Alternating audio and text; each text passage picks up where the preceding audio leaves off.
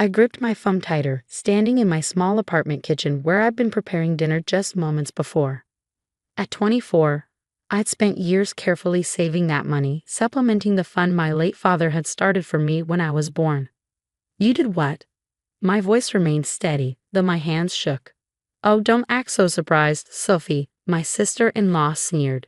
You think you're so special with your perfect grades and scholarship applications. Emily needs that money more than you do. She's actually going places.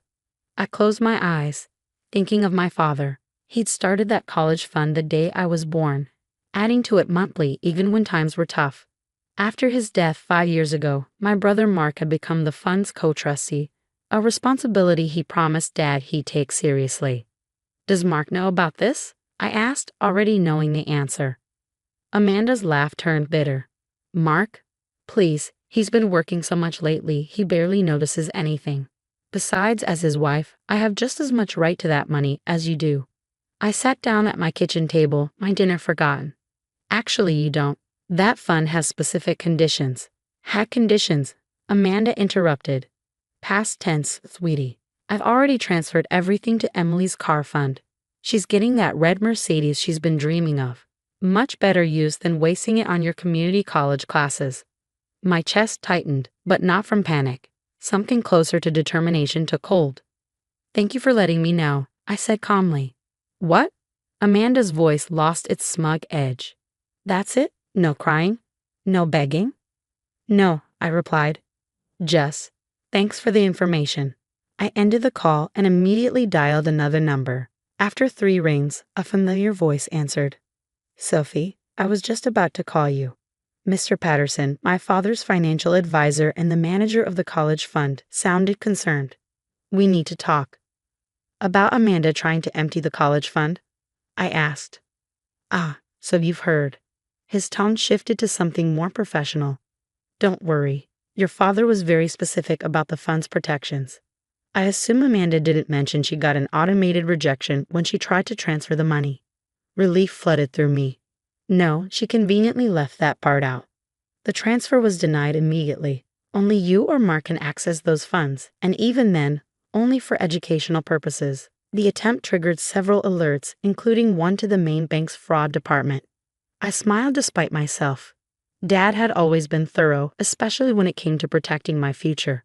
What happens now? Well, Mr. Patterson said, the bank has flagged Amanda's credentials. She can't access any of the associated accounts now. Also, since she used Mark's personal information to attempt the transfer, there's a formal investigation pending. I thought about Amanda's smug phone call, her certainty that she finally put me in my place. Ever since she'd married Mark 3 years ago, she'd made it her mission to prove she and her daughter were more deserving of the family's resources than I was. Should I call Mark? I asked, though the thought of confronting my brother made my stomach churn. We'd grown distant since Amanda came into the picture, his once protective nature giving way to passive acceptance of his wife's schemes. Actually, Mr. Patterson said, Mark is in my office right now. Amanda's attempt to access the fund automatically notified both trustees. He's not happy. In the background, I could hear my brother's voice, tense and angry. Let me talk to her, he said. There was a shuffling sound as the phone changed hands. Sophie, Mark's voice was strained. I'm so sorry. I had no idea she would try something like this. Really? I couldn't keep the skepticism from my voice. After everything else she's done. He sighed heavily. I know, I've been blind. But this crosses a line. Using my information to try to steal your college fund? That's not just morally wrong, it's illegal. Mr. Patterson says there's going to be an investigation. Yes, Mark replied. And I'm not going to stop it. Amanda needs to learn there are consequences for her actions. Dad trusted me to protect your future, and I've failed at that for too long. His words hit me hard. This was the brother I remembered, the one who'd helped me study for tests and scared away playground bullies, before Amanda had slowly poisoned our relationship with her jealousy and manipulation. What about Emily? I asked, thinking of my 13-year-old niece. Despite Amanda's influence, Emily was a sweet kid who didn't deserve to be caught in the middle of this mess. Emily will be fine, Mark assured me. But she's not getting a Mercedes at the expense of your education. That's not what family does. After hanging up, I sat in my quiet kitchen, processing everything. Amanda's attempt to steal my future had backfired spectacularly, but this was just the beginning. I knew her well enough to know she wouldn't accept defeat gracefully. My phone buzzed with a text. It was Amanda again. "This isn't over. You think you're so clever with your special account protections. We'll see who has the last laugh." I screenshot the message and forwarded it to Mr. Patterson. Let her plot and scheme. Dad had taught me well. Sometimes the best response to threats isn't a confrontation, but careful preparation. Tomorrow would bring new challenges, but for now, I had something Amanda didn't: the security of knowing my father's legacy was protected, and the satisfaction of knowing her attempt to take it had only exposed her true colors to everyone, including my brother. I finally returned to making my dinner, a small smile playing on my lips as I imagined Amanda's face when she learned her grand theft had failed before it began. Sometimes karma doesn't take its time. Sometimes it works as fast as a bank's security system. The next morning brought chaos. I woke up to 17 missed calls, 12 from Amanda, 3 from Mark, and 2 from Mr. Patterson. Before I could check any of them, my phone buzzed with a call from the bank's fraud department. "Ms. Mitchell, this is Sandra Cooper from First National Security Division. We need to discuss some suspicious activity on your college fund account." I sat up in bed, fully alert now. "Yes, of course. We've documented multiple attempt patterns from yesterday. Your sister-in-law not only tried to transfer the full amount but also attempted to change the account permissions using your brother's stolen credentials." My heart sank. Amanda had been busier than I thought. "We take identity theft very seriously," Sandra continued. "The police have been notified and will need your statement." Just then, my doorbell rang. An angry, persistent buzz that could only be Amanda. Through the door, I could hear her shrill voice. "Sophie, open this door right now." "I'm sorry," I told Sandra. "Can I call you back in an hour? I have a situation to handle." After arranging a callback time, I approached my door cautiously. Through the peephole, I could see Amanda, her face flushed with rage, designer purse clutched like a weapon. "I know you're in there," she yelled. "You think you're so clever, getting Mark involved. He's threatening divorce over this." I opened the door but kept the security chain in place. "Lower your voice, Amanda. My neighbors don't need to hear this." "Your neighbors?" she scoffed. "You mean in this pathetic little apartment? At least my Emily will live somewhere decent when she gets to college. Not that you'll ever know what that's like now." "Are you done?" I asked calmly, because threatening me after attempting bank fraud probably isn't your smartest move. Her face paled slightly.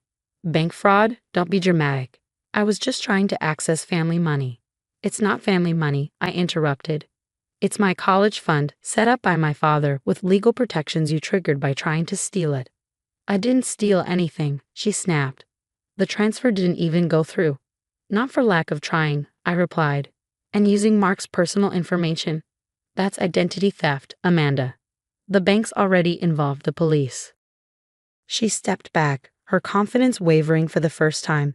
"You're bluffing." I pulled out my phone and played the voicemail from Sandra Cooper. Amanda's face went from red to white as she listened to the fraud investigator detail the severity of her actions.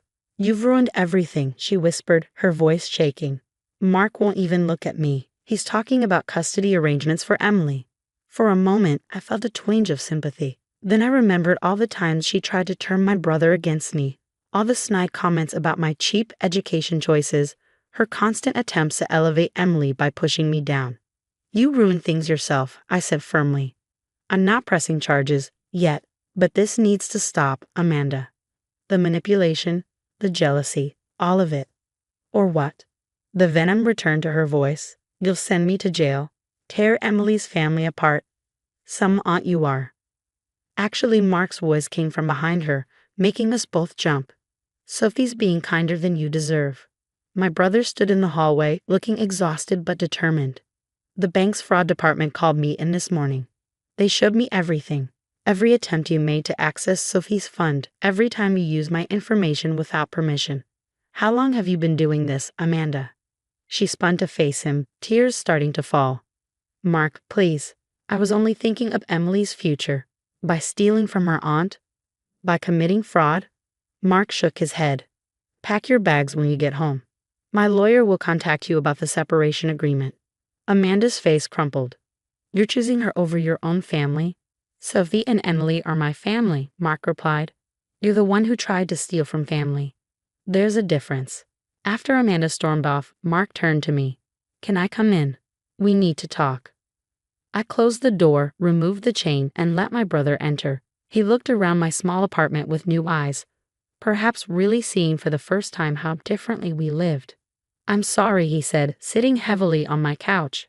I should have seen what she was doing long ago. The way she treated you, the comments about money, the constant competition. I just wanted everyone to get along. I know, I said, sitting beside him. But enabling her behavior only made things worse. He nodded. Mr. Patterson showed me everything. Amanda's been trying to access that fund for months, making small attempts here and there. If she had succeeded, he trailed off. But she didn't, I reminded him. Dad made sure of that. Mark smiled sadly. Yeah, he did. He knew what he was doing when he set up those protections. He reached into his jacket and pulled out an envelope. Speaking of Dad, Mr. Patterson gave me this. It's a letter Dad left, to be opened if anyone ever tried to tamper with your fund. My hands trembled as I took the envelope. Inside was a single page, covered in our father's familiar handwriting. My dearest Sophie, if you're reading this, someone has tried to take what I set aside for your future. Know that I prepared for this possibility, not because I didn't trust your brother as trustee, but because I understood how people can change when money is involved. Your education, your dreams, they matter. Don't let anyone tell you different. The fund is protected not just by legal documents, but by people who know your worth. Trust them, and more importantly, trust yourself. Remember what I always told you. Education is the one thing nobody can take from you once you have it. That's why I made sure nobody could take a means to get it either. Love, Dad.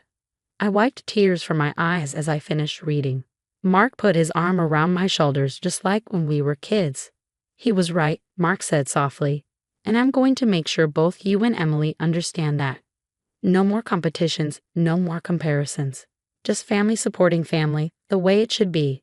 As we sat there, my phone buzzed with another call from the fraud department. The investigation was proceeding and they needed our statements. But for that moment, sitting with my brother, holding our father's letter, I felt stronger than I had in years. Amanda's attempt to steal my future had only secured it further, bringing truth to light and family back together.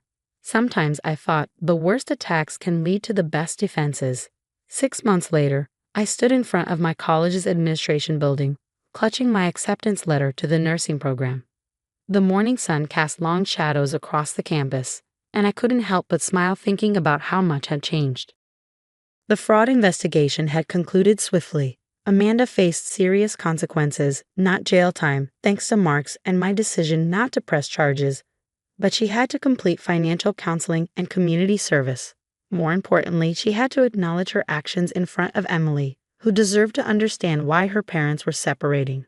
Aunt Sophie, Emily's voice carried across the parking lot. She ran toward me, her backpack bouncing, followed by Mark, who carried a small celebration cake. I got in, I announced, hugging my niece tightly. I knew you would, Emily beamed. Dad says you're the smartest person he knows. Well, except for me, maybe. Mark laughed, setting the cake down on a nearby bench. I'd say it's a tie. He pulled me into a hug. Dad would be so proud of you, sis. The past months had transformed our relationship. Mark had thrown himself into being both a better brother and father, making sure Emily understood the value of hard work over easy shortcuts. To my surprise, Emily had blossomed without Amanda's constant pressure, discovering a genuine love for science that had nothing to do with competing with anyone. Mr. Patterson called this morning, Mark said as we shared the cake. He wanted to confirm the first tuition transfer. Everything's set for next semester. I nodded, thinking about the financial advisor who had become something of a guardian angel. He'd helped restructure the fund to create a separate account for Emily's future education, not taken from my fund, but started fresh by Mark. A legacy of learning, he'd called it, not a prize to be stolen. Mom called yesterday, Emily said quietly, picking at her cake. She wanted to know if I still wanted the Mercedes when I turned 16. Mark and I exchanged glances. Amanda had moved to her sister's house in Colorado, maintaining contact with Emily through supervised calls. She was trying to change, or at least claim to be. What did you tell her? I asked. Emily straightened her shoulders. I said I'd rather save for college like Aunt Sophie. Cars don't last forever. The education does. Right? Pride swelled in my chest. That's exactly right. Besides, Emily grinned, Dad's old Honda is perfectly fine for learning to drive in. Mark pretended to be offended. Old? That car's a classic. We laughed together, the sound echoing across the campus quad. A few months ago, this scene would have been impossible. Amanda would have found a way to turn it into a competition, a chance to prove her daughter deserved more than her sister-in-law. My phone buzzed with a text from Mr. Patterson. Your father's original investment has grown significantly. You'll have enough for the full nursing program and then some. He always knew you'd make it here. I showed the message to Mark, who smiled softly. He did know. Even when I lost my way, Dad never doubted you'd get here. Speaking of getting places, Emily chimed in. Can we see your classroom buildings? I want to know where you'll be learning everything. As we walked through campus, Emily peppered me with questions about nursing, her enthusiasm genuine and untainted by comparison to anyone else's achievements. Mark watched us with clear eyes, free from the fog of Amanda's manipulation. You know, he said as Emily ran ahead to examine a statue, sometimes good things come from bad situations. If Amanda hadn't tried to steal your fund, we might still be living in her version of reality, I finished, where everything was a competition and family meant ownership instead of support. He nodded. Emily's happier now. She's learning what really matters. Like father, like daughter, I teased. Later that evening, alone in my apartment, I took up Dad's letter again. The paper was worn now from multiple readings, but his words remained as clear as ever. He had protected more than just money. He protected the truth about family, about support, about believing in someone's future. I texted Emily before bed. Proud of you, kiddo. Keep dreaming big. Her response came quickly. You too, Aunt Sophie. Thanks for showing me what that looks like. As I prepared for bed, another text arrived, this one from Amanda. Heard you got into nursing school. Good luck. Simple, no backhanded compliments or subtle digs. Maybe she was learning too. I fell asleep thinking about cycles broken and lessons learned. Amanda's attempt to steal my college fund had failed, but it had succeeded in teaching us all something valuable about family, faith, and the real meaning of investment in someone's future. Sometimes the best revenge isn't revenge at all. It's simply becoming exactly who you were meant to be, regardless of those who tried to stop you. Dad knew that all along. That's why he protected not just my education fund, but my right to become whoever I chose to be. And that, I realized, was worth more than all the Mercedes in the world.